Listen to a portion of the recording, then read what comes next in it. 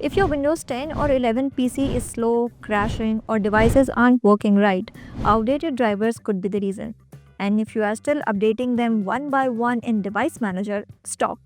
This tool updates all your drivers in just one click. It's fast, easy, and safer because it automatically finds the correct compatible drivers for your hardware.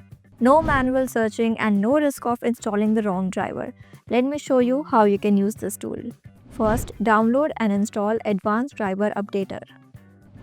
Once installed, launch the program. Click the Start Scan Now button. It will automatically detect all outdated, missing, or corrupt drivers. Now it will automatically check your system for missing and outdated drivers and show you a list. Click the Update driver next to the driver you wish to update. Or you can update them all at once by clicking the Update All button. So that's it. I will add the download link in the description if you want to try. If this video helped you, make sure to hit the like button, subscribe for more quick PC tips, and drop a comment if you want tutorials on fixing specific drivers or performance issues.